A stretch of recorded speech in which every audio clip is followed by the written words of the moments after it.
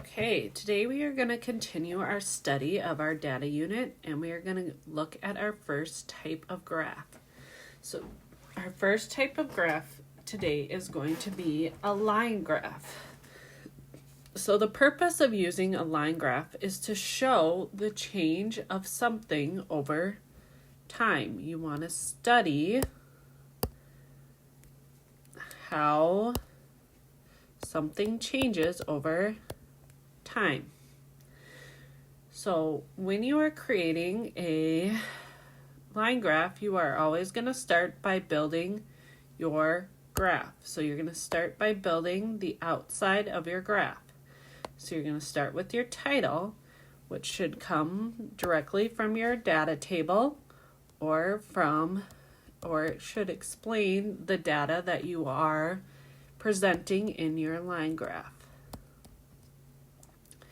Next, you are going to look at your axes. So you have your x-axis and your y-axis. So there's specific type of data that goes on both your x-axis and your y-axis. You want your x-axis to always be your independent variable. So your independent variable is that variable that doesn't depend on anything else. It's your set time. It's usually the time. So like in this example, we are using months. So each month, what happens to your rainfall. So these are your independent variable is usually the one that doesn't depend on something else. So then your y-axis will be your dependent variable.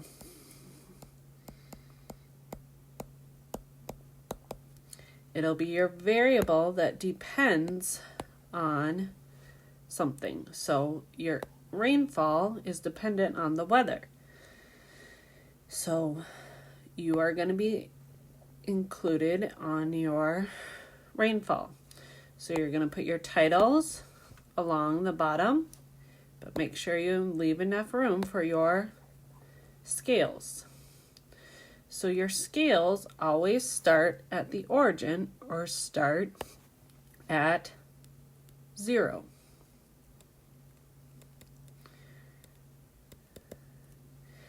Then you need to make sure that you have equal intervals along each axis. So they need to count by the same amount each time.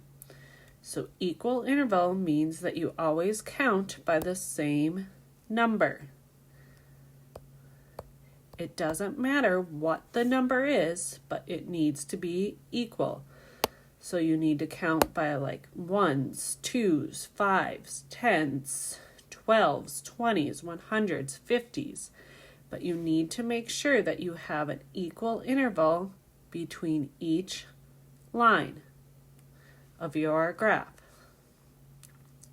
So like here we have a month in between each interval. Here we have 1 between each interval.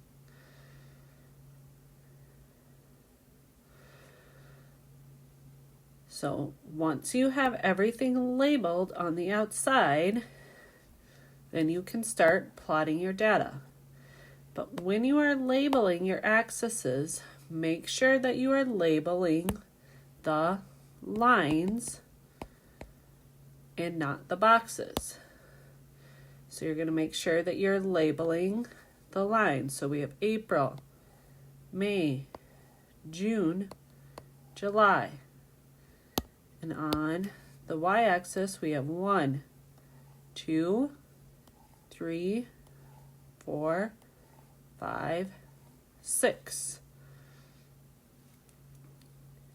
Once you have everything set up on your graph, so you have all your titles in and your scales or your intervals labeled, then you can work on plotting your data.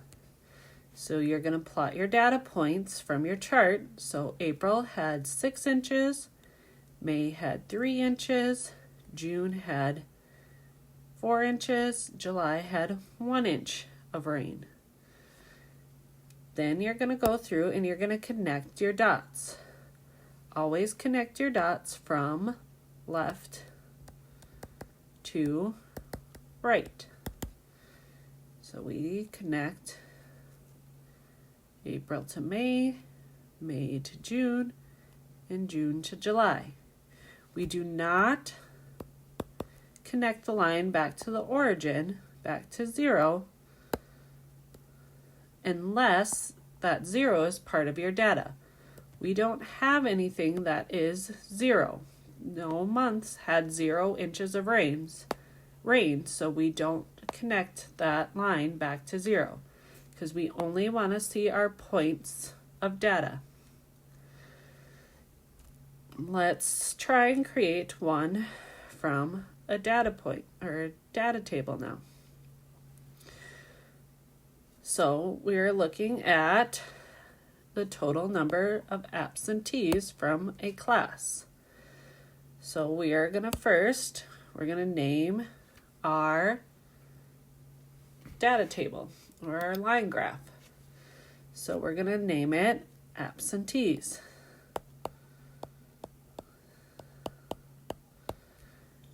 So then we have to figure out next which one of these is our dependent and which one is our independent. Well, our independent would be the grade that you're in.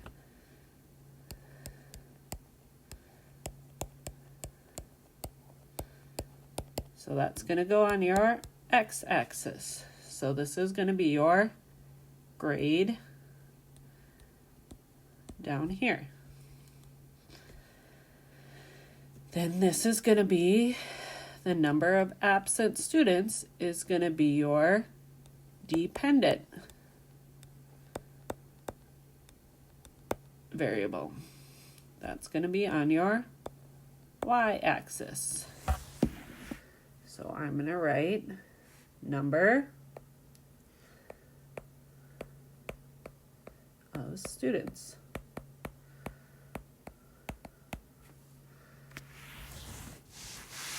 Now I need to label my graph. So I want to know what is my range. So what is the smallest number that I have on my data set, which would be 6. And what is my largest number? 18. But really, we always have to start at 0 because our origin is 0. So we have to get from 0 to 18. And we have 1, 2, 3, 4, 5, 6, 7, 8, 9, 10 lines to do that by. So we could count by 2s. Or if you notice, all of these numbers are multiples of 3. So if I want to make sure that each number has a line, I'm going to label my graph by multiples of 3. So I'm going to start with 0, 3, 6, 9, 12, 15, 18, 21, 24, 27, and 30. Then on my x-axis, I need to label my grades. Remember, I need to do it on the lines. So I have grade 1, grade 2, grade 3, and grade 4, and grade 5. Now I can take and I can plot my data. So grade 1 has 15 students that are absent. So I'm going to go to grade 1 and up to 15, and I'm going to plot my data point. Grade 2 has 6 students absent, so I go to grade 2 up to 6 and plot my data point. Grade 3 has 18 students absent, so I go to grade 3 up to 18 and plot my data point. And grade 4 has 6 students absent, so I go up to 6 and plot my data point. And grade 5 has 9 students absent, so I go up to 9. Now I can connect my data points working from left to right. So I'm going to connect grades 1 to grade 2, grade 2 to grade 3, grade 3 to grade 4, and grade 4 to grade 5. And then now I have a line graph. So that's how I create a line graph using a data set. And that is what you will be practicing today in your practice.